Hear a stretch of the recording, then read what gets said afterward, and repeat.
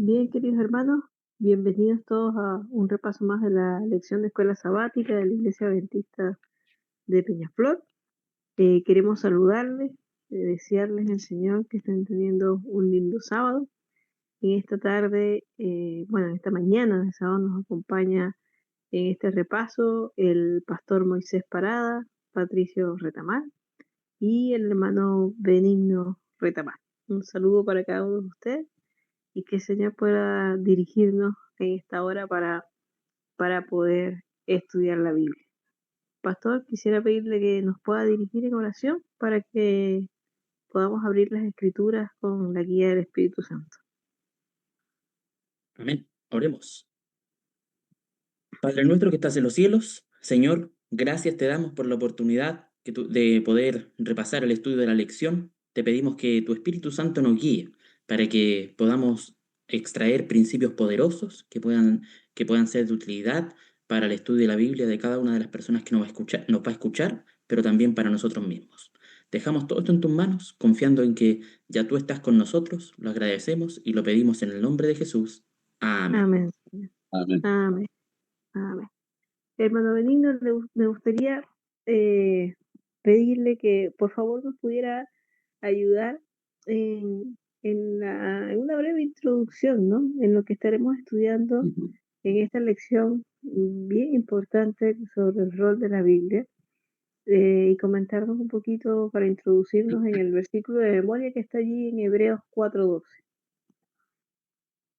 Perfecto. Sí, vamos a leer el texto primero. Hebreos capítulo 4, versículo 12. Dice, porque la palabra de Dios es viva y eficaz, y más cortante que toda espada de dos filos, que penetra hasta partir o separar el alma y el espíritu, las coyunturas y los tuétanos, y discierne los pensamientos y las intenciones del corazón. Es decir, la cualidad que nos muestra acá es que la palabra tiene vida y produce vida. La palabra de Dios tiene varias cualidades que nosotros las podemos rastrear aquí mismo en la Escritura para darle lo que dice el título de la lección, el rol que le corresponde a la Biblia.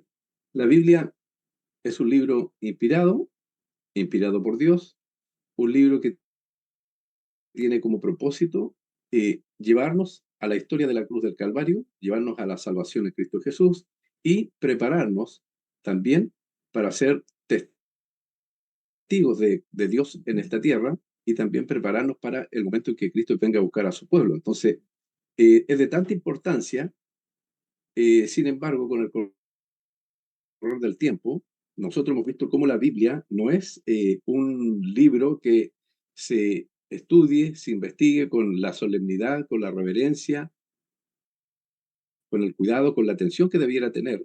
Y incluso nosotros como pueblo adventista, cuando fue levantado de acuerdo a la profecía este pueblo, era conocido como el pueblo del librito, porque andaba siempre con su Biblia debajo del brazo. Es decir, donde iba con su Biblia.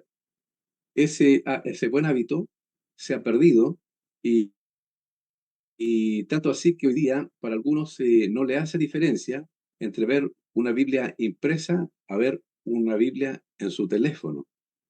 Para investigar puede ser que sirva, pero como algo de reverencia, no sé si los que usan el teléfono buscando el texto bíblico lo hacen con la oración previa, con el cuidado y la solemnidad que esto requiere. Si nosotros no le damos la profundidad y realmente la importancia que tiene, el rol que tiene, podría ser de que perdamos privilegios que Dios nos ha entregado a nosotros para que seamos también aquellos que le llevemos esta luz que está contenida en la Biblia a las naciones, pueblos, tribus y lenguas que hay en la tierra. Entonces, creo que es muy importante poder durante esta lección darle el énfasis bíblico.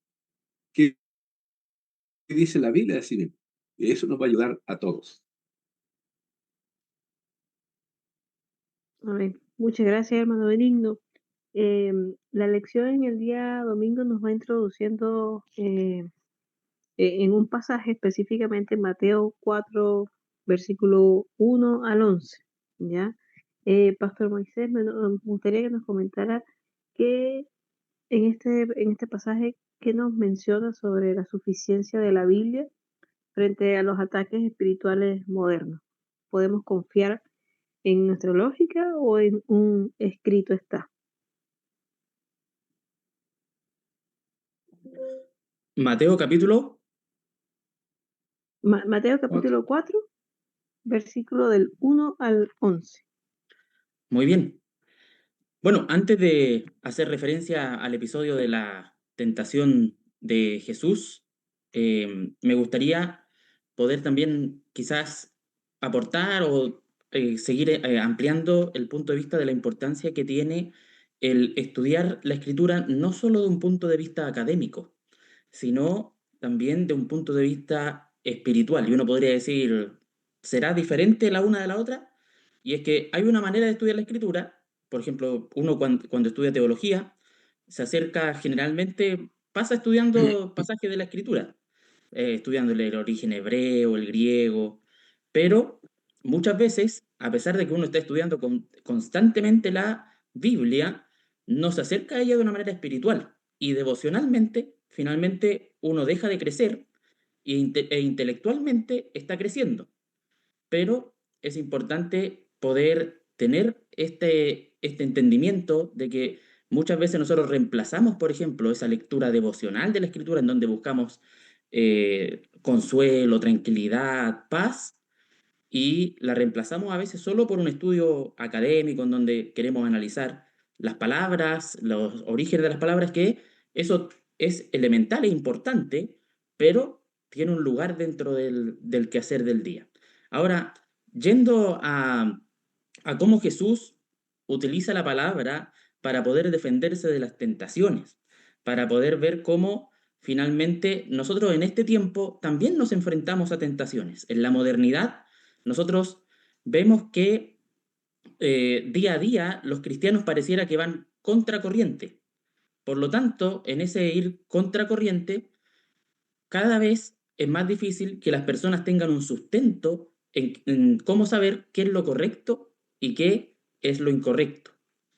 En el momento de la tentación de Jesús, Jesús una y otra vez se defendió con un escrito está, con la palabra del Señor. Si ustedes ven, por ejemplo, el versículo 7, dice, Jesús le dijo, escrito está, tú también, está también, no tentarás al Señor tu Dios.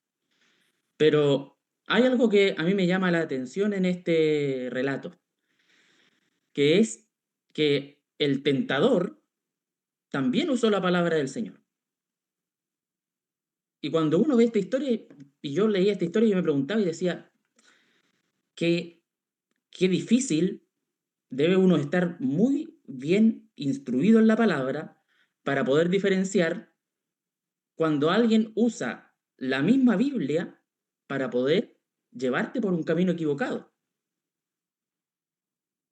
Yo diría que es aún más peligroso porque quizás para alguien que lleva más tiempo conociendo de la Biblia, nadie le va a llegar a decir, oiga, usted robar es bueno, ¿ah? Usted debería robar porque es buenísimo.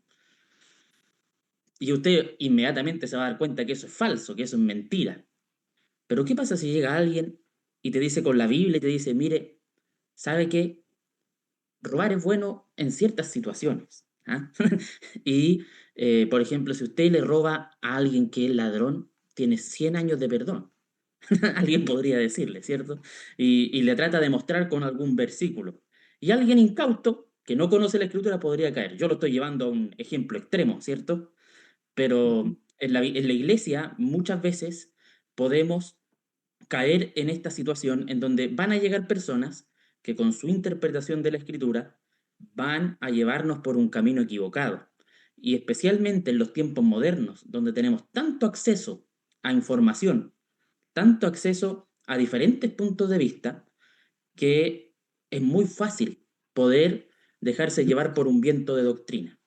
Pero si nosotros estamos firmes, conocemos la escritura, tenemos el sustento suficiente para poder hacer frente y poder identificar lo falso de la verdad, vamos a poder vencer estas tentaciones que a veces no tienen que ver, como yo les decía, con robar, con matar o con adulterar, sino que tienen que ver con llevarnos de a poquito por doctrinas que se van alejando del propósito central divino.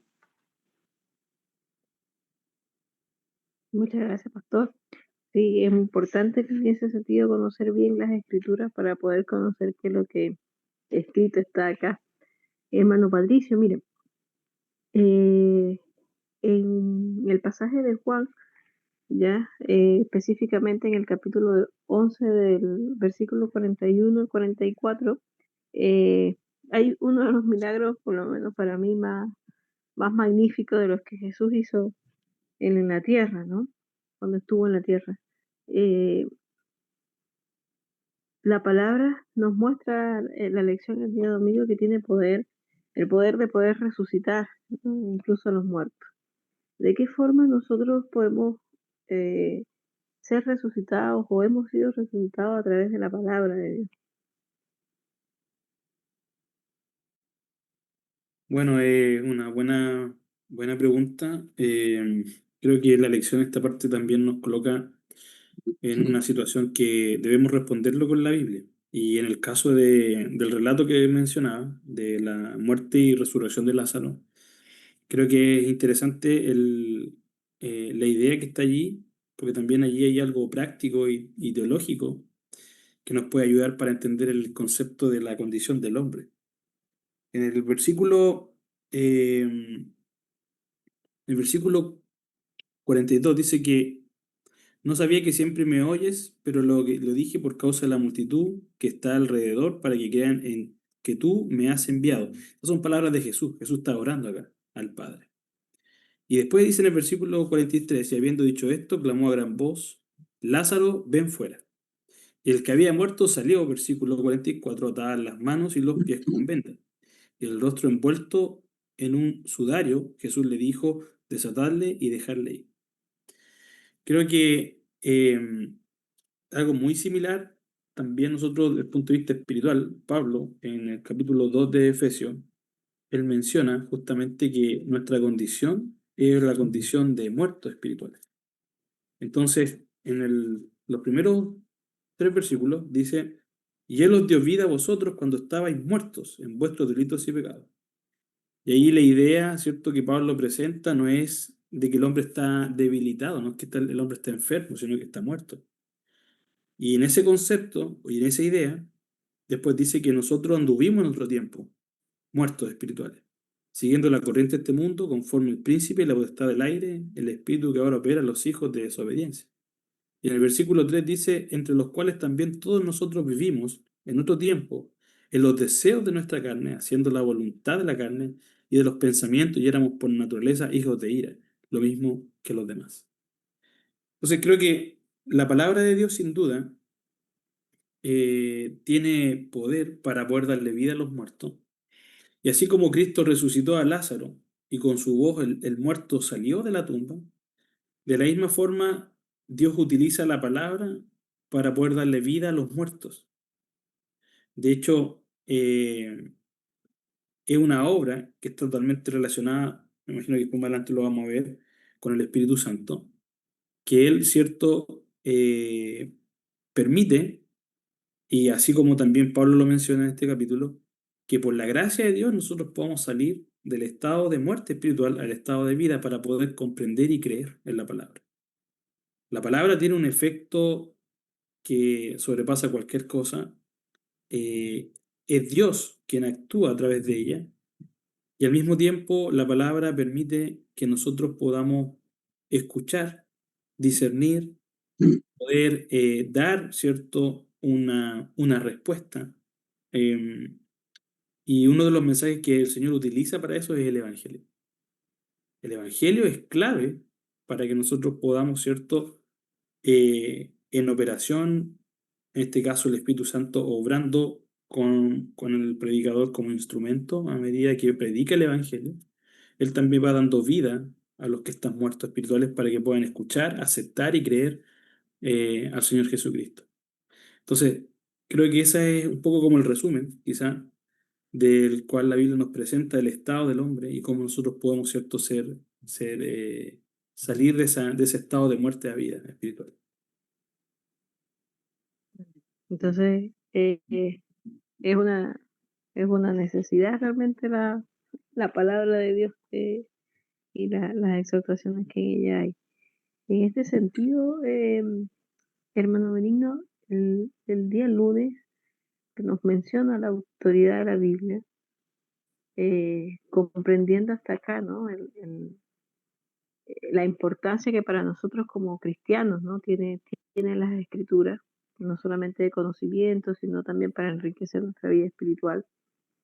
Eh, este libro, ¿ya?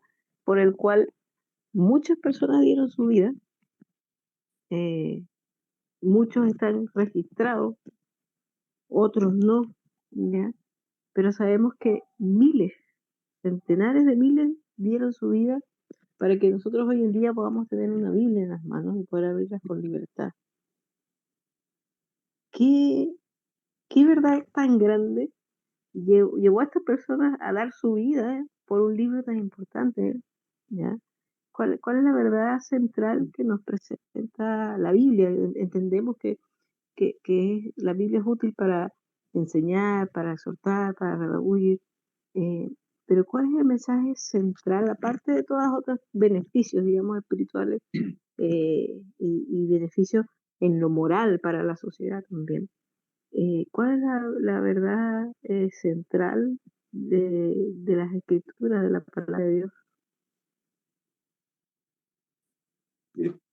La Biblia, desde el Génesis hasta el Apocalipsis, lo que relata es la historia de la redención centrada en el Evangelio, que es la obra de Cristo Jesús. Ese es el centro. Desde ese centro de la cruz emanan todas las demás enseñanzas y doctrinas.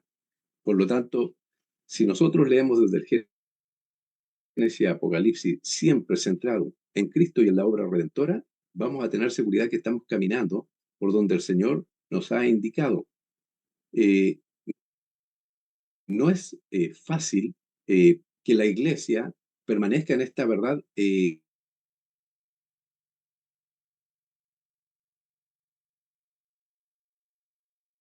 entre dos grandes conocedores y servidores del Señor, que fue Pedro, el apóstol Pedro, y Pablo. En el libro de Gálatas relata justamente la escritura, que Gálatas en el capítulo 2, versículo 11, vamos a ver si gusta, leemos rápidamente esta situación, donde vemos que no es tan fácil como a veces creemos que es discernir quién está en la verdad y quién está en el error. Por eso que tenemos que recurrir a la fuente fidedigna que es la Biblia. No es lo que interpreta un hermano, algún pastor, algún teólogo. No, no, no. Es qué dice la palabra. Eso debe ser nuestra fuente de seguridad. Establecernos sobre la palabra escrita. Nosotros como adventistas tenemos una ampliación a eso, que son los libros del Espíritu y Profecía, que muchos hoy día rechazan porque no lo conocen o porque simplemente no quieren, en humildad, entender de que debemos ser enseñados más en detalle, porque no todos dedicamos el tiempo que deberíamos dedicar para estudiar la Biblia, pero desde el aspecto de la solemnidad del libro que es, del mensaje que trae, del lenguaje en el cual está escrito, de los objetivos que tiene y la trascendencia hasta nuestros días. Entonces, todo eso a veces no se toma en cuenta. ¿Qué es lo que sucede acá en Gálatas capítulo 2, 11? Dice el apóstol Pablo. Pero cuando Pedro vino a Antioquía, le resistí cara a cara, porque era de condenar. Es decir, lo que Pedro estaba haciendo, siendo un discípulo del Señor y un discípulo connotado de trascendencia, sin embargo estaba actuando de manera extraña. Dice, pues antes que viniesen algunos de parte de Jacobo o Santiago, comía con los gentiles, pero después que vinieron se retraía y se apartaba porque tenía miedo de los de la circuncisión. Pedro tenía miedo de aquellos que habían agregado a la obra de Cristo la circuncisión. Es decir, ¿cuál era el problema que había? La obra de Cristo no es suficiente para la salvación. tienes que, aparte de aceptar la obra de Cristo, tienes que agregarle la circuncisión. Y este problema dice que llevó a que hubiera este desacuerdo entre ellos, dos grandes, dice en el verso 13, y en su simulación participaban también los otros judíos, de tal manera que aún Bernabé fue también arrastrado por la hipocresía de ellos. O sea, era una acción hipócrita y además teológicamente era una aberración lo que estaban diciendo. Pero cuando vi que no andaban rectamente conforme a la verdad del Evangelio, dije a Pedro delante de todos, fíjense qué extraño, él no llamó a Pedro a un lado, él lo confrontó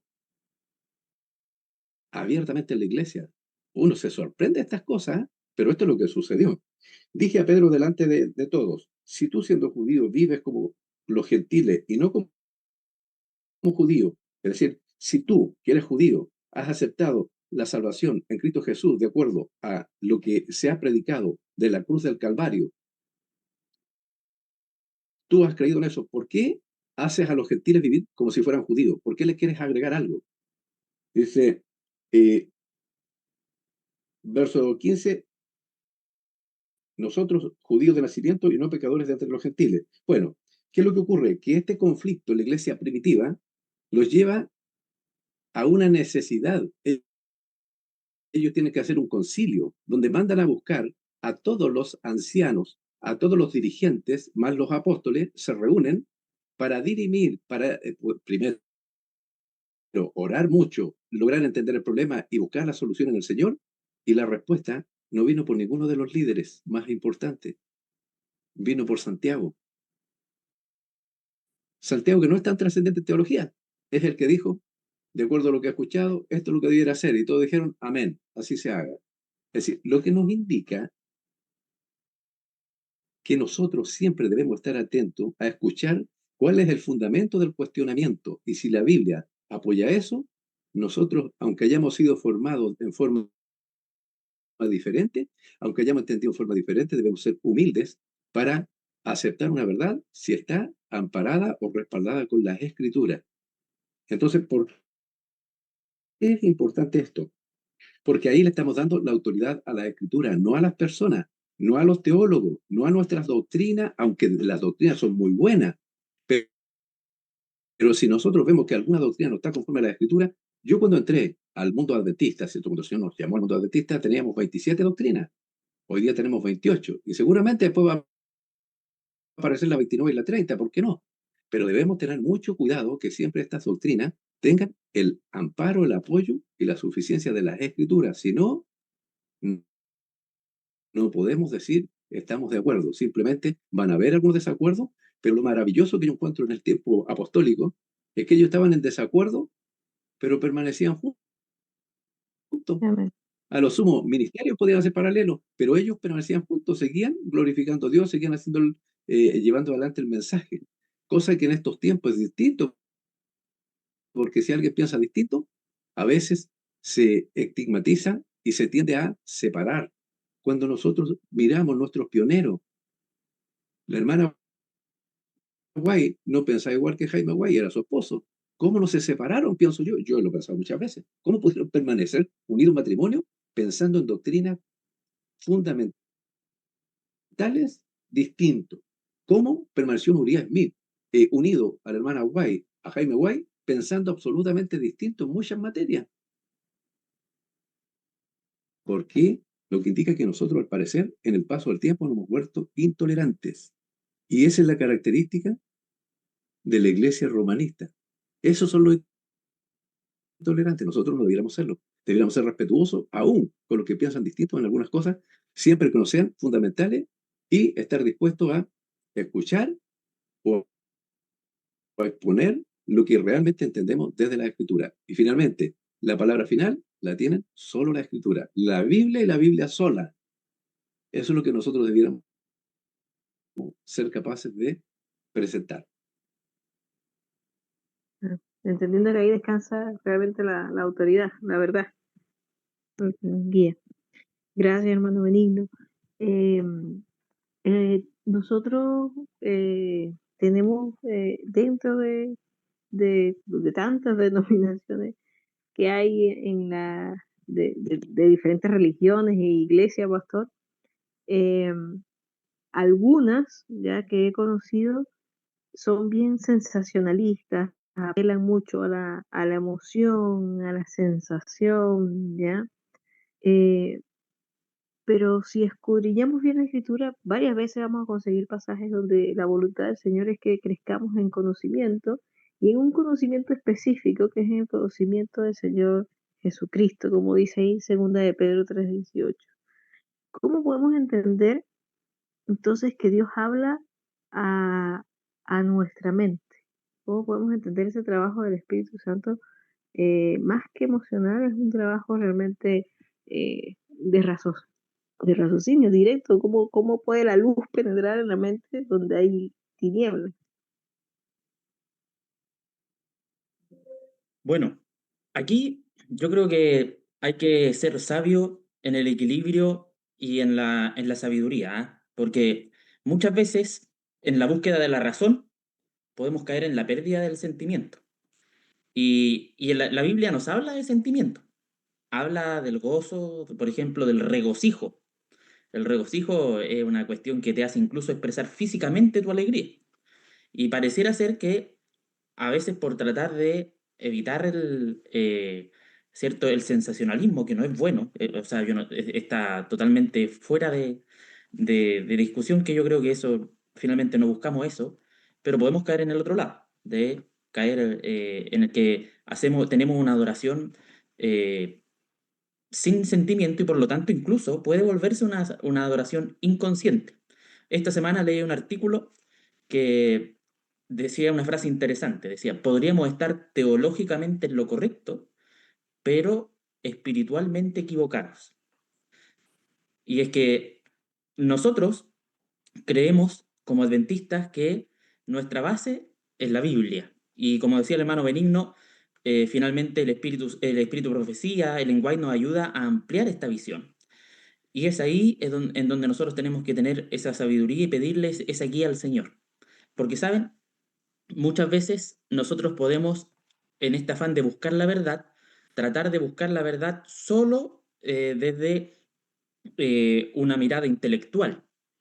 Pero la Biblia no solo se interpreta desde la intelectualidad, sino también y principalmente por la guía del Espíritu Santo. Nosotros, antes de leer la Biblia, es donde debemos buscar la dirección del Espíritu y no tratando de satisfacer nuestros propios deseos. Por ejemplo, nosotros vemos muchas religiones, nosotros vemos diferentes interpretaciones de la misma Biblia. O sea, muchas religiones tenemos la misma Biblia y llegamos a conclusiones distintas. ¿Por qué pasa eso? Porque muchas veces hacemos lo siguiente. Nosotros ya tenemos un preconcepto. Voy a poner un ejemplo.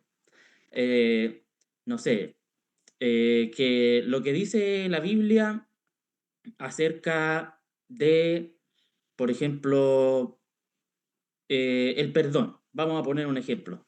El perdón. Entonces, yo quiero saber qué dice la Biblia acerca de perdonar, pero yo tengo en la mente de que se perdona solo a ciertas personas y a otras no. Entonces, yo voy y empiezo a buscar, ahora que tenemos herramientas tecnológicas, ¿cierto? Yo pongo ahí en la inteligencia artificial, digo, versículos de la Biblia que hablen sobre el perdón, pero solo algunas personas. Y la inteligencia artificial, yo le aseguro que le va a buscar un versículo que le apoye lo que usted piensa. Y es que a veces así nos aproximamos a la escritura. Y entonces, claro, usted piensa, ¿por qué a veces llegamos a interpretaciones diferentes? Claro, porque yo digo, oye, escuché esto, me hace mucho sentido. Por ejemplo, diferencias que tenemos en cómo eh, de la conducta cristiana, por ejemplo. Oye, la Biblia, ¿qué dice sobre ser vegetariano? Y entonces usted dice, busca así versículos de la Biblia que hablen sobre el vegetarianismo. Y entonces le va a mostrar ahí algunas cosas. Pero ¿qué es lo que deberíamos buscar nosotros? ¿Cuál debería ser la manera correcta de acercarse a las escrituras? Tratar no de que las escrituras digan algo que yo ya creo, sino que las escrituras nos digan la verdad acerca de este asunto. Entonces, ¿qué sería lo correcto buscar? Ir al principio, ir al fondo del asunto y decir, ¿qué es lo que me dice la Biblia acerca de perdonar? ¿Cómo es correcto perdonar? ¿Qué es lo que la Biblia me dice que es correcto sobre la alimentación. Ahí yo voy a empezar a entender de que el Señor fue dejando alimentaciones para cada tiempo de la historia. Y entonces vemos que Ellen White tiene una manera de decir cómo debería ser la alimentación en este tiempo. Y entonces uno dice, voy entendiendo, voy comprendiendo. Pero cuando yo trato de buscar y digo, pongo mi interpretación o mi preconcepto al momento de buscar, al momento de entender, yo probablemente voy a caer en un error. Cuando me someto a la Biblia, cuando yo voy dispuesto a incluso estar equivocado. Yo siempre tengo una frase y digo, estar dispuesto a ser guiado por el Espíritu es estar dispuesto a estar equivocado. Tenemos el caso de que o algunas personas, incluso sinceras en el corazón, se acercaron a la Biblia para poder encontrar los errores de la Biblia. Pero como eran sinceros y estaban dispuestos a someterse a la autoridad de la Escritura, fueron finalmente guiados hacia la verdad. Y ahí es donde nosotros tenemos que ser lo suficientemente humildes para dejar morir el yo y poner por delante lo que el Espíritu nos diga. Y ahí es donde muchas veces caemos en errores, caemos en dificultades. Porque yo les digo, o sea, en este tiempo en donde pareciera ser que todo es polarización, finalmente es difícil desprenderse de los preconceptos, lo que yo pienso, para poder hacer un estudio equilibrado de la palabra del Señor. Porque cuando uno comienza a revisar, por ejemplo, las redes sociales siempre me van a dar lo que yo creo. Usted vio algo y el algoritmo se lo prepara para que usted va a ver siempre lo que cree. Entonces, el que es evangélico siempre va a ver cosas que apoyan su manera de pensar, y el que es adventista va a ver lo que piensa, lo que apoya su manera de pensar. Pero ahí es donde nosotros tenemos que, aquí más que nunca en este tiempo, debemos pedir la sabiduría del Señor, la dirección de Él, para poder entender qué es lo que Él quiere decirnos a través de la Escritura. Muchas gracias, pastor. Y entendiendo precisamente estos tiempos en los que vivimos, hermano Patricio, ¿cómo podemos comprender, ¿no? Las exhortaciones que también están en la palabra de Dios, por lo menos allí, eh, en Juan, en el capítulo 14, en el versículo 6, que nos habla de la verdad, ¿no? No como algo relativo, como muchas veces el mundo cree, pero también Juan 17, versículo 17 nos llama a ser santificados en tu verdad, en una verdad. ¿A qué se refiere este texto cuando nos dice santifícanos en tu verdad? Bueno, mencionar quizás que la Biblia, al ser la palabra de Dios, sin duda ha sido atacada por mucho tiempo y en diferentes épocas. De hecho, se ha atacado sobre la veracidad de ella. Y, y creo que es importante que nosotros entendamos que la Biblia, digamos, es la palabra del Señor y también es nuestra norma de vida.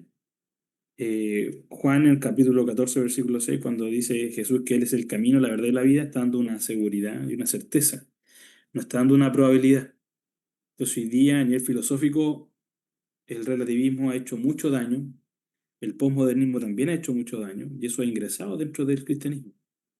Hoy día nosotros tenemos teologías donde no siempre el concepto bíblico va a predominar por sobre ideas o filosofías que nosotros, ¿cierto?, podamos creer que son la verdad, y estas se van a acomodar hoy día a la sociedad que nosotros a veces nos encontramos. Eh, y esto es un tema no menor, porque aquí aparecen varios temas que son importantes.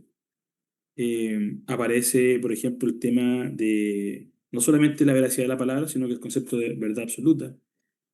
Aparecen temas que hoy día, ¿cierto?, estamos teniendo debate en cuanto al rol del hombre y la mujer, por ejemplo. Y a veces nos llevamos o queremos, ¿cierto?, fundamentar nuestra idea en base a lo que nosotros pensamos. Y creo que sin duda la lección nos presenta de que la palabra es la que nos corrige, nos exhorta, es la que nos instruye. Esa fue la instrucción que Pablo dio a Timoteo.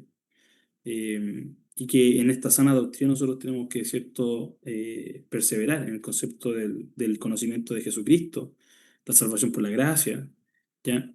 Pero también hay aspectos donde son prácticos en nuestra vida, como en el caso de Juan capítulo 17, versículo 17, donde justamente dice lo siguiente.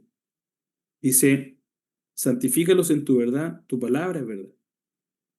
Y creo que es importante considerar que nosotros en este imperativo, que de hecho está en un aoristo activo, donde es Dios quien hace la obra, y en este sentido nos invita a nosotros a poder, ¿cierto?, ser partícipes, pero es una obra donde Dios ya nos ha apartado. El concepto de santificación en la Biblia tiene varios símbolos, pero sin duda tiene que ver con la raíz que está detrás de ella, que de hecho es la idea también que aparece en otros textos bíblicos, donde esa separación o ese apartarse para algo, ¿cierto?, especial, Dios nos ha dado, ¿cierto?, este llamado.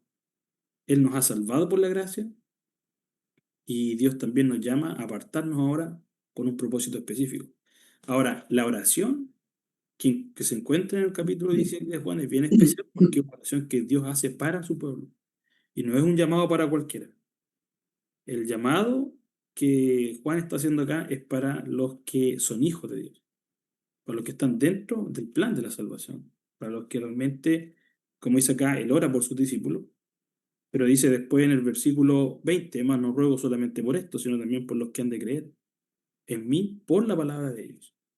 Y la palabra de ellos es justamente lo que ellos van a mencionar sobre la vida de Cristo y lo que nosotros tenemos ya como un Nuevo Testamento.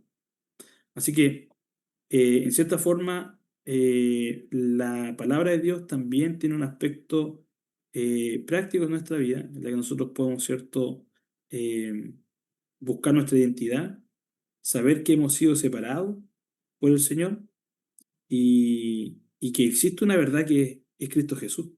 Jesús, cuando Él dice, yo soy la verdad, Él está apuntando a este concepto, ¿cierto? No solamente griego, ego y mí, sino que está apuntando al éxodo. Cuando Él se presenta a Moisés y le dice, yo soy el que soy. O sea, es el Dios que siempre ha existido, el Dios eterno. Es también esta idea del Dios del pacto. Y eso para nosotros también nos tiene que dejar la idea de que la verdad no solamente es un conocimiento, sino que ahora sabemos que es una persona, es Jesucristo. Pero también esa verdad no cambia, no puede variar, porque está en un lenguaje pactual donde está relacionado con el concepto de Met, que es la fidelidad que Dios tiene en el pacto. Entonces, nosotros podemos hoy día confiar que la palabra de Dios no cambia, es una verdad absoluta, y que la gran verdad de la Escritura es una persona, es Jesucristo. Así que creo que nosotros, frente a estas cosas, sin duda vamos a ir siendo apartados para este conocimiento que nos va a dar más seguridad en la práctica, más confianza en el Señor Jesucristo, menos temor, y vamos a tener el deseo de poder servirle, adorarle como Él se merece y como la Biblia nos indica que debe ser adorado. Amén. Gracias, hermano Patricio. En el día miércoles venía a mi mente, ¿no? Porque menciona también la palabra como el pan de vida. Y hay muchas oportunidades, no sé, los que viajamos en micro o en el metro, eh, generalmente podemos encontrar a alguien que, que está repartiendo un pancito de vida. O de repente usted en su oficina tiene un pancito de vida. Se conocen como pancito de vida esos pequeños versículos ya como una tarjetita y se le entrega y se le ofrece a las personas como el pan de vida. Pero hermano Benigno, bueno, Jesús varias veces se identificó como el pan de vida y Juan en el capítulo 6, en el versículo 63, habla precisamente del Espíritu que el Espíritu es el que da vida. ¿Cómo podemos entender la profundidad que no es un pancito de vida? ¿Cómo podemos entender lo que la Biblia nos enseña respecto a ese significado tan profundo de lo que es el pan de vida? Pero si nosotros miramos en el Antiguo Testamento, vemos que en el desierto Dios hizo descender pan del cielo, que es el maná. Cuando Cristo viene en su ministerio a la tierra, dice, yo soy el verdadero pan del cielo. Es decir, yo soy el verdadero nutriente, la alimentación que ustedes necesitan entender para poder desarrollarse como hijos de Dios. Nosotros, si estudiamos la Escritura de la forma como Jesús la recomienda, si nosotros vemos el camino a Maús, por ejemplo, a sus discípulos, cuando se encuentra con sus discípulos y ellos no lo reconocen después de la resurrección, él le dice que se debía cumplir todo lo que estaba en las Escrituras acerca de él, y le empezó a relatar desde Moisés y siguiendo por los profetas y los salmos todo lo que de él decían. Es decir, Jesús los llevó en un estudio en cómo la Biblia, o el Antiguo Testamento, en ese caso, había dado los detalles sobre la obra y el alcance de esa obra para la salvación.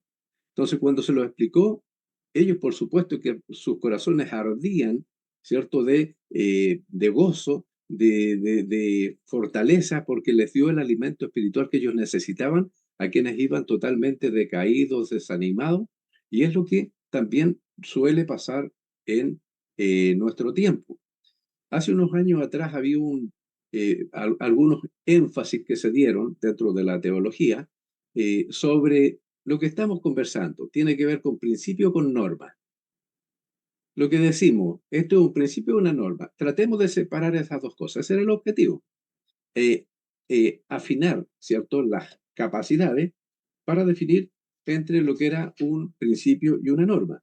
Bueno, hoy día nosotros nos vemos envueltos en otros procesos donde falta claridad escritural. Hace unos años atrás, en una revista adventista, un pastor hacía un reporte, una presentación acerca de, decía lo siguiente, decía, hoy se ha perdido la enseñanza del evangelio escritural y ha dado paso al evangelio relacional. Y muchos, sin habérselo propuesto, han hecho que las personas empiecen a confiar en esa relación con Cristo, en esa emoción que a veces muy fortalecida y otras veces muy debilitada, pero como que tu relación con Cristo es la clave. Sin embargo, nosotros debemos, de acuerdo a ese análisis, volver a lo que es el evangelio escritural. Es decir, la escritura indica que el ser humano estaba totalmente perdido, desahuciado y condenado. No había ninguna solución para él. Hasta que Dios interviene y le hace una promesa, allá en el Génesis 3:15, ¿cierto?, en adelante, y esa promesa siguen los profetas anunciando el cumplimiento de esa promesa hasta que viene Cristo y personifica todas esas promesas y las hace realidad, y ahora el alcance de la salvación es absolutamente una bendición para sus hijos y algo muy real. No tiene que ver si la persona estaba ansiosa por conocer al Señor o estaba en lo profundo del pecado, oscuro, totalmente perdido. Cuando nosotros vemos a Jesús, nos damos cuenta que Jesús atiende todas las diferentes realidades de las personas y no son impedimento para que Él les predique el Evangelio. Por ejemplo, vemos un fariseo que invita a Jesús a su casa a almorzar, ¿cierto?, a cenar, digamos. Y cuando llega, Jesús, si nosotros lo leemos textualmente, está en el libro de Lucas, ¿cierto?, pareciera que es descortés como invitado, porque empieza a cuestionar al dueño de casa y delante de los que están ahí. Y uno dice, pero ¿cómo? Nosotros seguramente por hablar políticamente correcto, quizás no habríamos dicho palabra. ¿Por qué Jesús abre un conflicto donde no hay conflicto? Porque Él tiene el propósito de salvar a ese que está absolutamente oscuro en su mente y que de Cristo en realidad, o de Dios, es muy poco lo que tiene más de la apariencia que quiere mostrar ante los demás. Lo que él quiere, invita a sus amigos para mostrar que él es dadivoso y que invitó a Cristo con sus discípulos. Entonces él financió un tremendo festín. Lo que quiere es el aplauso de sus amigos. Él no está buscando al Señor. Por eso es que el Señor lo confronta de una y le demuestra que él realmente está absolutamente perdido. Entonces, nosotros cuando vamos con el Evangelio, nosotros, si a una persona que está realmente convencida que es un pecador necesitado, tenemos que predicarle el Evangelio. Pero si es un soberbio, tenemos que predicarles la ley. ¿Tú crees que ante Dios estás en condiciones de presentarte a algún juicio? Por tu mente se pasa la idea de que en algún momento vas a tener la capacidad de presentarte ante el juicio de Dios y argumentar en tu favor, o realmente crees que Dios en la persona de Jesucristo te ha salvado y te ha dado la posibilidad de presentarte la justicia de Cristo. Esas son cosas elementales y nosotros no tenemos por qué hacer las diferencias, siempre tenemos que predicar la verdad desde la Escritura y no hacer acepción de personas. Es decir, no porque haya alguien importante, lo vamos a mostrar como que para él es un evangelio más, más preparado, elaborado, no más que preparado, elaborado, ¿cierto? Sino que para todos debe ser el mismo mensaje. Todos nosotros los seres humanos nacemos perdidos y totalmente descarriados y ninguno de nosotros tiene la iniciativa de buscar a Dios, ninguno. Si alguien piensa, dice, no, pero que yo en algún momento sentí algo y fui al Señor, no se da cuenta que el Espíritu Santo estuvo trabajando antes y lo condujo hacia la cruz del Calvario. No es iniciativa del ser humano ir a los pies de Cristo. La iniciativa del ser humano es alejarse de Dios lo más posible. Entonces, nosotros a veces nos enredamos porque justamente empezamos a tratar de separar lo que el Señor no nos ha dicho que nos preocupemos. Pero sí, lo que nos ha dicho es, nosotros debemos presentar la salvación en Cristo Jesús desde la Escritura, el Evangelio. El apóstol Pablo dice, yo me he propuesto predicar a Cristo y a este crucificado. Ese es mi propósito. El Señor a mí no me mandó a bautizar, dice el apóstol Pablo. A mí me mandó a predicar el Evangelio. ¿Y a quiénes? A todos, por igual. A la casa del César, el emperador, a los guardias, a las personas, a los teólogos, al que sea, voy a todos.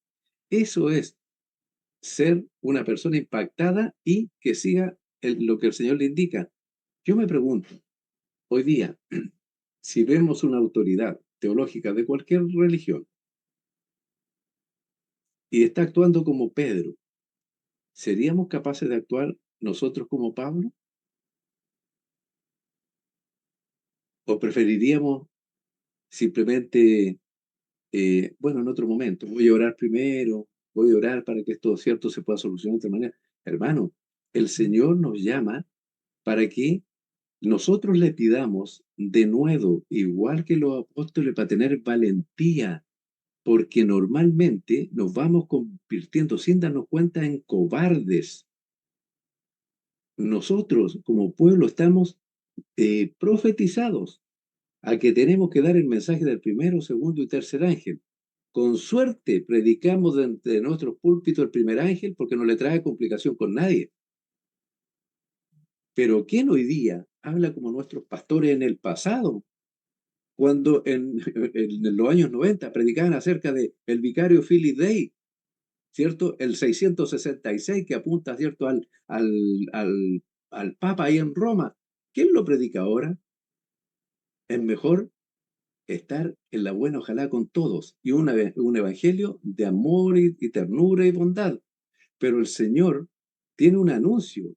Él viene a salvar a su pueblo y a condenar a los impíos.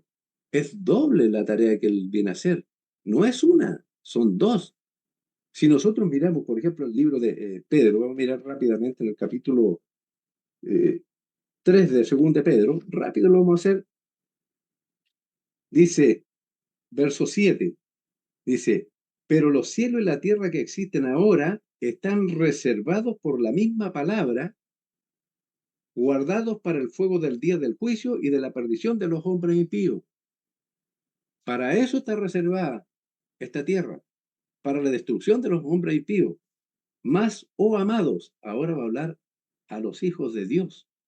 Oh, más, oh amados, no ignoréis esto, que para el Señor un día es como 1000 años, 1000 años como un día. El Señor no retarda su promesa, según algunos la tienen por tardanza, sino que es paciente para con nosotros, no queriendo que ninguno perezca. Este versículo lo he escuchado muchas veces donde dice que el Señor no quiere que nadie en el mundo perezca. Ese versículo está orientado hacia los creyentes que se han apartado, esos que están viviendo vidas dobles, esos que tienen solamente una máscara de cristiano y por dentro no lo son. A eso está esperando el Señor, que se arrepientan y se vuelvan. Pero no es para todo el mundo. Anteriormente está diciendo que la tierra está reservada para destrucción juntamente con los impíos. Nosotros debemos ser claros en el mensaje. Queremos anunciar Amén. que el Señor tiene abiertas sus puertas todavía de la gracia para que entren al pueblo del Señor, para que sean parte de sus hijos y no se pierdan junto con los que se van a perder eternamente. Pero esa es la verdad completa. A veces nos gusta presentar la parte bonita, ¿no? Y lo demás, que los demás deduzcan. No, hermano. Nuestro anuncio, fíjense que, por ejemplo, en los años 1800, 1811, por ahí, un predicador en Inglaterra, ¿sabe qué? Predicaba de estas cosas acerca del evangelio y el juicio juntos. Y dice que la gente lloraba, que habían conversiones por miles. ¿Por qué? Porque le presentaban la bendición y la maldición, igual que en Deuteronomio. Exactamente igual. Nosotros, la Biblia a veces como que la cercenamos. Llevamos solo el mensaje de ternura, bondad, amor y como que finalmente, no importa, mira, si tú te vistes como te vistes, no te preocupes, Dios te acepta igual. Si tú comes lo que comes, no te preocupes porque Dios te acepta igual. Y al final vamos adaptando algo que es un mensaje engañoso. No es la verdad que en la Biblia está. El Señor quiere hijos consagrados. Y a los hijos que son porfiados y rebeldes, dice que Él los va a corregir como a hijos, los va a castigar. Hebreos capítulo del día al 14 encontramos toda esa información enriquecedora. El Señor no quiere que seamos hijos desobedientes, quiere que seamos hijos obedientes, consagrados, refinados, elevados por el Espíritu Santo, y que cuando venga el tiempo de prueba, seamos capaces de confesarlo ante todos los hombres. Y Él dice, yo los confesaré ante mi Delante de Padre. mi Padre. Es decir, Amén. nosotros, hermanos, tenemos que pedirle valentía al Señor. Yo creo que como pueblo, si realmente queremos cumplir el rol que Dios tiene para el final del tiempo, tenemos que salir de esa falta de valentía. Yo encuentro, de verdad, cobardía de parte nuestra. Somos cobardes. Y si no lo reconocemos, el Señor no nos va a arreglar. Si nos reconocemos como cobardes, Él nos va a dar valentía. Nos va a decir, igual que Gedeón, ven varón valiente. Y andaba sacando los manojos cierto, de la cosecha, y escondido en la noche, era cobarde como él solo. Pero el Señor lo mira de acuerdo a lo que él iba a aceptar y iba a creer. Dios llama las cosas que no son como si fueran. Como se Dios fuese. nos mira como tremendamente valientes, aunque hoy día podemos ser los grandes cobardes de la predicación en el mundo. Amén. Y es un llamado importante, hermano Benigno, nosotros que precisamente vivimos en estos tiempos, ¿no? Donde muchas veces la palabra de Dios es pasada a llevar, o incluso a veces hemos estado en iglesias donde, no sé, durante todo el culto se abre la Biblia una sola vez y un versículo, y ya. Entonces, qué importante es lo que estamos estudiando en estos momentos. Recordando que las personas también que nos ven, hay varias personas que incluso no son adventistas, pero nos siguen y no se pierden los programas sábado a sábado, ¿ya? Y piden el link. Entonces, considerando también eso, pastor, y ya finalizando, porque el tiempo pasa volando, ¿no? Hay algo muy importante que nosotros en la introducción, ¿no? Meditábamos en el versículo 12 del capítulo 4 de Hebreo. Y hay una palabra que es clave allí, que habla sobre el discernimiento. ¿Cuál es el significado de discernir? Y cómo la Biblia puede llevarnos milagrosamente a discernir, a convencernos de lo que realmente somos y de que necesitamos un Salvador. Bueno, Hebreos capítulo 4, versículo 12 dice, porque la palabra de Dios es viva, eficaz, más cortante que toda espada de dos filos, y penetra hasta partir el alma y el espíritu, las coyunturas y los tuétanos, y discierne los pensamientos y las intenciones del corazón. Bueno, el discernimiento, si usted me pregunta a mí, yo creo que es un don completamente divino. No, el dejar esto a una tarea simplemente humana, finalmente, como decíamos delante, nos va a llevar a conclusiones equivocadas, porque nos acercamos a leer la Biblia sin la perspectiva y el poder espiritual que ella involucra. Si usted me pregunta a mí, la Biblia es un libro que tiene muchísimo poder, y que con nuestra mente pecaminosa, o solo con nuestra mente pecaminosa, no lo podemos llegar a comprender completamente. El estudio de la Biblia y para poder discernir qué es lo bueno y qué es lo malo, por ejemplo. Como decía el hermano Patricio delante, decía, en este mundo en donde todo es líquido pareciera, ¿cierto? Que todo puede ser o no puede ser.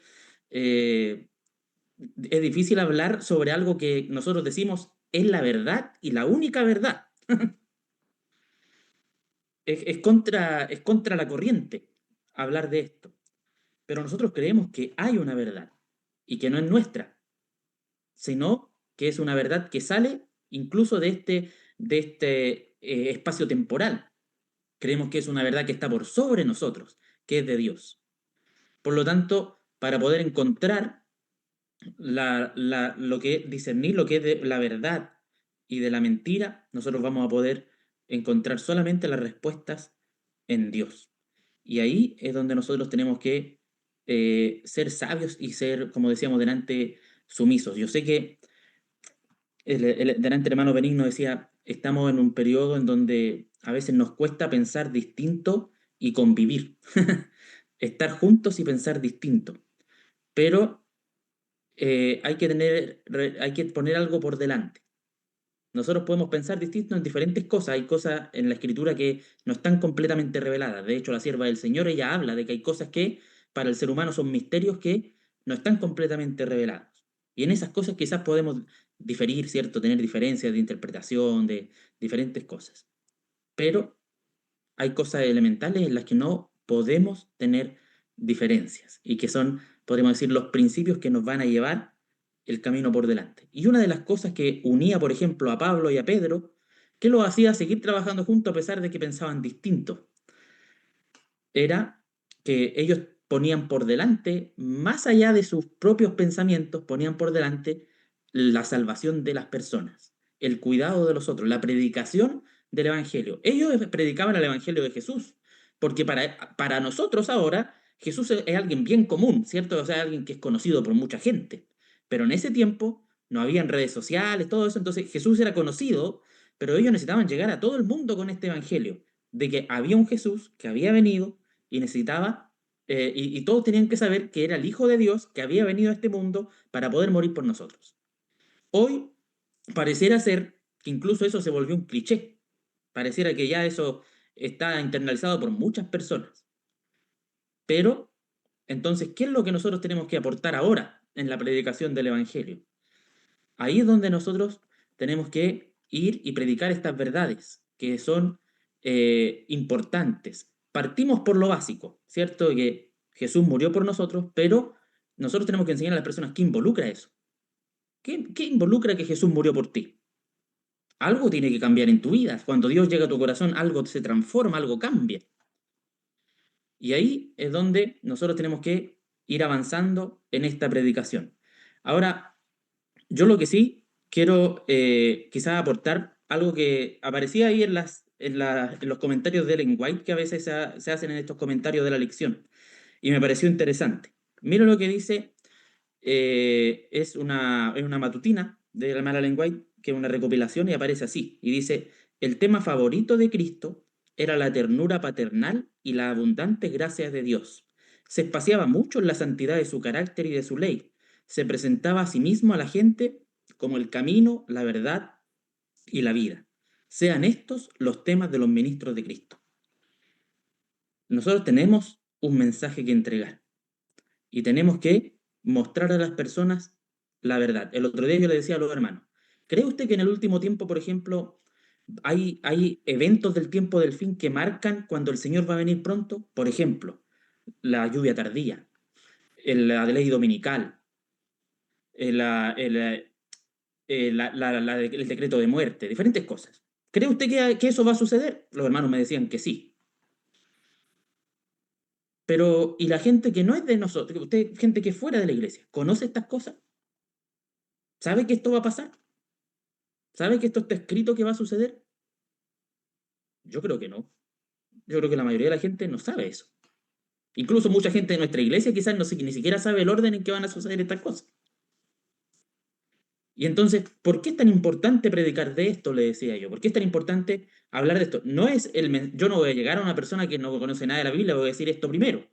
Pero es importante que las personas lo conozcan y entiendan. ¿Por qué? Porque la escritura aquí, ¿qué hace? Revela, abre los ojos.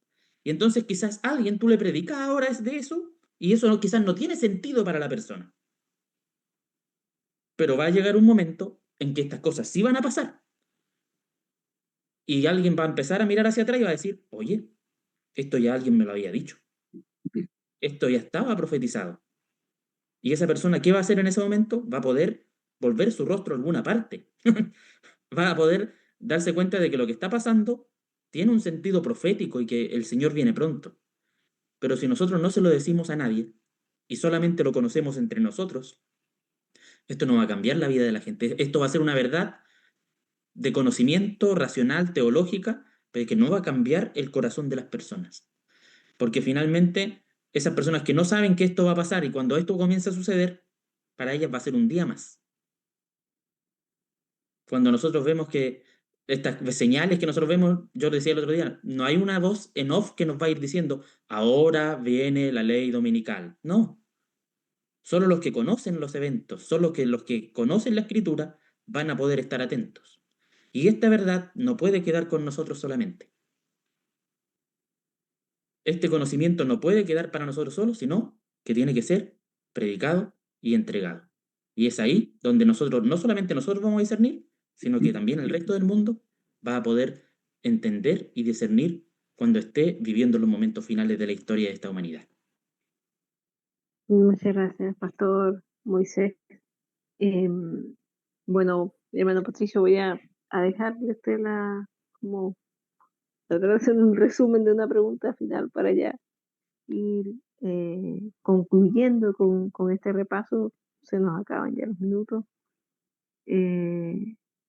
Hemos estudiado hasta acá sobre la autoridad de la Biblia, la centralidad que tiene para el cristiano, entendiendo que hay mensajes, ¿no? Que están claros en su palabra, entendiendo también la necesidad que tenemos realmente como humanidad y como iglesia, ya, de ser reavivados, de ser despertados para estos tiempos que estamos viviendo, para poder compartir la luz y el centro de esta luz, de todas estas verdades que debemos compartir al mundo, como bien nos mostraba, nos enseñaba el pastor Moisés. Entonces, comprendiendo todo esto, ¿no? La valentía que requerimos, eh, centrarnos realmente en el llamado que Dios nos ha hecho de ir y predicar y enseñar todas estas verdades. ¿Cómo podemos concluir brevemente cuál es la obra entonces del Espíritu Santo? ¿Ya? Eh, y cómo su obra que él hace nos ayuda a crecer en nuestra vida espiritual, digamos, entendiéndolo desde la sana doctrina, ¿no? Y entendiendo que el Espíritu Santo no es una energía, no es algo que se mueve dentro de nosotros, sino que es una persona, es Dios, ¿ya? Y Jesús prometió estar con nosotros hasta el fin del mundo, y esa persona de la deidad que está con nosotros hasta el fin del mundo es el Espíritu Santo. Entonces, ¿cómo podemos comprender y explicar también a quienes nos escuchan, nos ven, eh, la obra del Espíritu Santo a través de la palabra de Dios en estos tiempos que estamos viviendo? Bueno, quizás brevemente comentar que en Juan capítulo 16, versículo del 8 al 14, ahí se habla acerca de la obra del Espíritu Santo, es un aspecto, pero me gusta mucho este pasaje. Muchas veces lo hemos compartido en los repasos de la lección, y también en lo personal creo que nos muestra de parte de Dios como una secuencia de pasos en los cuales uno debe presentar el mensaje. De hecho, hace poco tuve la oportunidad de predicar acá en la iglesia en la que participo, y siempre se caracteriza en general, bueno, por ser una iglesia muy grande, pero también por una iglesia que difícilmente se puede guardar silencio en un culto. Y la verdad es que creo que cuando nosotros abrimos la palabra tenemos que orar para pedir al Señor que Él obre. Y creo que eso también es importante en todo esto que estamos conversando. La oración es fundamental porque, de hecho, antes de compartir esto, oramos.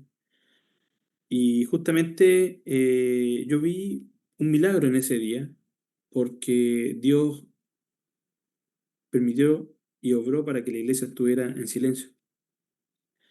Y el mensaje que presenté ese día, que no fue obviamente nosotros somos solamente, ¿cierto?, exponemos la palabra, el Señor es el que hace toda la obra y el Señor nos utiliza solamente como instrumento. Lo tomé de esta secuencia que aparece acá, que quiero leer estos versículos. Dice: y cuando Él venga, convencerá al mundo de pecado, de justicia y de juicio. De pecado por cuanto no crean en mí, de justicia por cuanto voy al Padre y no me veréis más, y de juicio por cuanto el príncipe de este mundo ha sido ya juzgado. Aún tengo muchas cosas que deciros, pero ahora no las podéis sobrellevar. Pero cuando venga el Espíritu de verdad, Él os guiará a toda la verdad. Porque no hablará por su propia cuenta, sino que hablará todo lo que oyere y os lo hará saber, las cosas que habrán de venir. Y versículo 14 dice: Él me glorificará, porque tomará de lo mío y os lo hará saber. La secuencia que ocupa el Espíritu Santo en este capítulo es bien simple. Primero nos confronta. De hecho, la palabra que aparece acá como convencer se puede traducir también, por ejemplo, como redarguir o reprender, poner al descubierto. O sea, hay una confrontación que es el Espíritu Santo. Eso es lo primero que hace. Y con el primer tema que nos confronta es con el pecado. Entonces, justamente, en mi exposición del tema de ese sábado, empecé con ese tema, con el concepto del pecado, pero a través del carácter de Dios. Y escuchaba lo que se mencionaba hace un rato atrás, ¿cierto? El hermano Benigno algo también lo mencionaba. Y también, ¿cierto? El pastor lo comentaba. Cuán difícil es poder presentar este tema en una sociedad en la que nosotros vivimos, porque van a haber muchas opiniones. Pero yo creo que nosotros hoy día tenemos que pedirle al Señor esa valentía y con la palabra exponerla para que la palabra sea la que comience a redarguir y el Espíritu Santo el que empieza a batallar. Entonces, el pecado debe ser descubierto a través del carácter santo de Dios y de su ira. De hecho, el hermano Benigno mencionaba, ¿cierto?, ese acontecimiento en los siglos pasados, ¿cierto?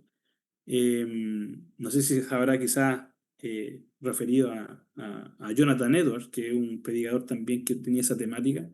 Edwards, de hecho, predica un sermón, hasta el día de hoy uno de los sermones más conocidos y controversiales que existieron, pero fueron los grandes sermones que hizo que la iglesia en ese momento se reformara. Y el título de su tema era Pecadores en manos de un Dios airado. Nadie predicaría quizá un sermón así, porque es todo lo contrario a lo que nosotros hoy día quizás escuchamos. Pero el Espíritu Santo convence en el sentido de que no es que va a convencer para esperar que el hombre pueda entender, sino que el concepto, la palabra en griego allí es más profunda. Él va a poner al descubierto lo que somos, nos va a confrontar. Entonces el Espíritu Santo va a confrontar al hombre a través del pecado, de lo que es y de lo que no tiene, para después mostrar la justicia, lo que Dios es, y llevarlo a juicio. O sea, en otras palabras, condenar. Eso es lo primero que nosotros tenemos que hacer con las personas, condenarlas.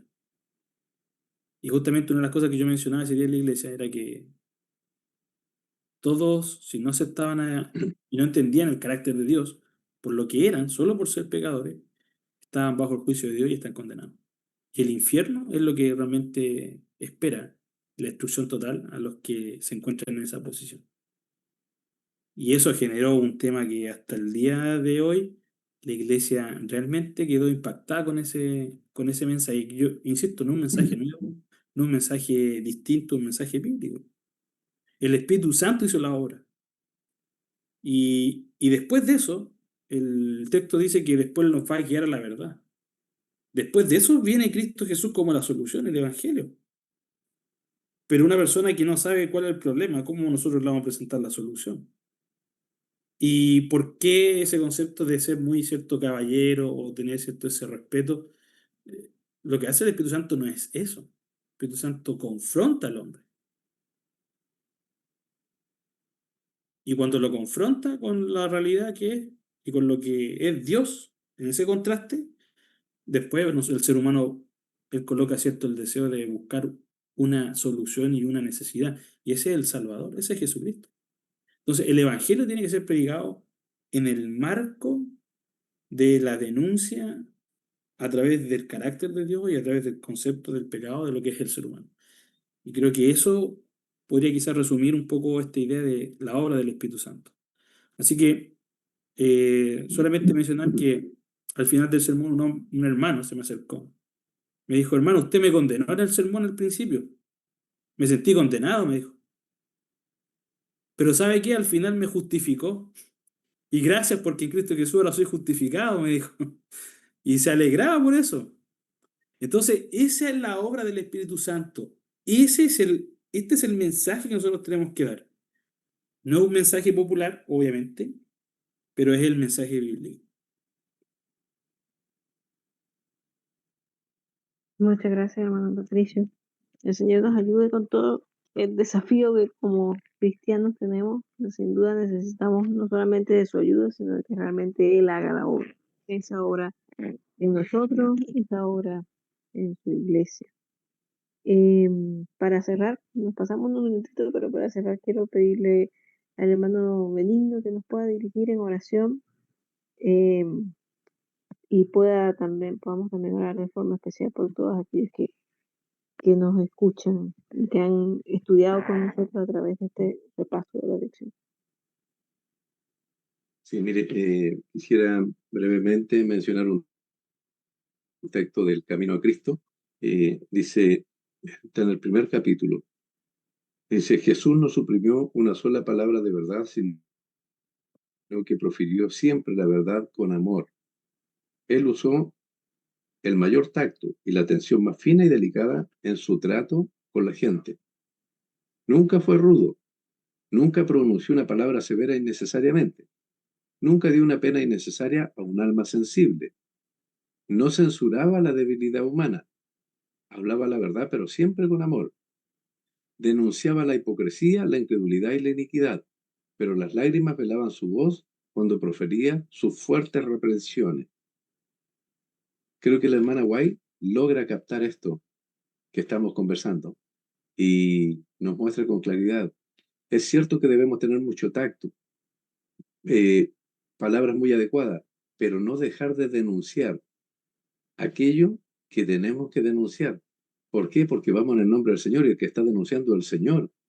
O sea, ¿cuándo te has acercado a denunciar a alguien por su hipocresía? ¿Ves a alguien que actúa hipócritamente? ¿Te haces cargo del tema? o prefieres dejarlo que el Señor lo solucione? O sea, nosotros debemos ser muy cuidadosos y siempre ir con la verdad, con amor. Y ahí es donde fallamos y tenemos que pedirle al Señor que nos dé este equilibrio, pero el equilibrio que sea capaz de invitar al pecador a aceptar al Salvador y denunciar el pecado para que esa persona pueda ser corregida y ese puede que seamos nosotros. Necesitamos que otros nos corrijan, pero necesitamos gente valerosa, valiente, que venga a corregirnos. Siempre que sea con amor. Y si las lágrimas velan esas palabras, creo que estamos cumpliendo la voluntad del Señor. Vamos a dar gracias al Señor, vamos a orar por las personas también que están conectadas a través de las redes, nuestros hermanos que van a escuchar esta linda lección, este repaso de la lección de escuela sabática. Oremos, hermanos. Amado Padre Celestial que mora en los cielos, Señor bendito, le damos gracias porque usted en su misericordia nos presenta, Señor, un equilibrio entre la ley y el Evangelio.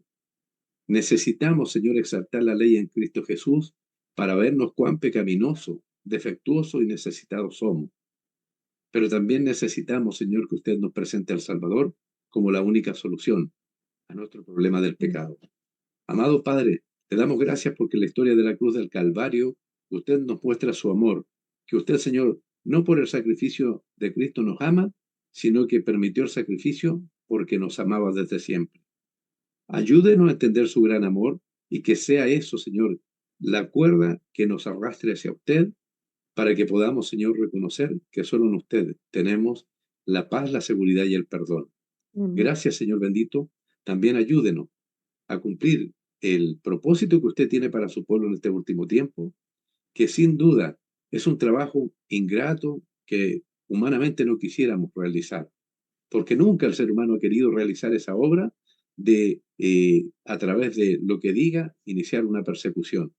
Lo que más queremos, Señor, es mantener la buena relación con todos y ojalá que este mundo pudiera, con toda la tranquilidad y la paz, volverse hacia usted. Pero esa no es la verdad que usted representa y muestra en su palabra. Sabemos que viene una batalla muy difícil, sabemos que viene persecución sobre sus hijos, pero la persecución vendrá sobre aquellos que sean capaces de decir lo que usted quiere que digamos. De otra manera, el mundo ni siquiera se va a dar cuenta que existimos.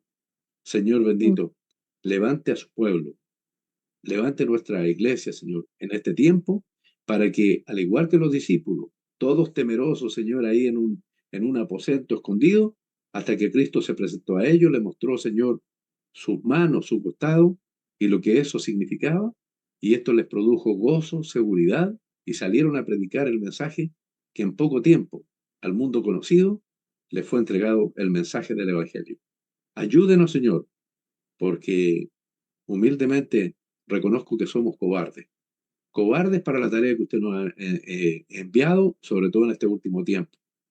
No somos capaces de decir las cosas como antes nuestros pastores, antiguamente nuestros hermanos predicaban abiertamente, Señor, salían a predicar a muchos lugares y sin temor alguno. Hoy día, Señor, apurado, escuchamos que hay una bestia, ¿cierto?, que anuncia el apocalipsis y que la bestia perseguirá, pero qué pocos, Señor, son los que tienen la valentía de decir, esa bestia, ese poder, representa al papado. Es así de claro, Señor. Por eso es que tenemos que anunciar a nuestros hermanos católicos, Señor, y de todas las religiones, que puedan salir oportunamente de aquellos lugares que van a recibir los castigos de Dios. Porque Dios, Señor, está airado contra aquellos que no aceptan, Señor, el Evangelio como la salvación y también, Señor, no aceptan su palabra como la fuente única de verdad. Perdónenos, Señor, por no estar cumpliendo la tarea en este tiempo y apresurando, Señor, los eventos finales. No, Señor, porque queramos que esto suceda, sino porque son necesarios, porque usted, Señor, así lo ha descrito en su palabra. Y después de esto vendrá, Señor, el momento glorioso de su segunda venida.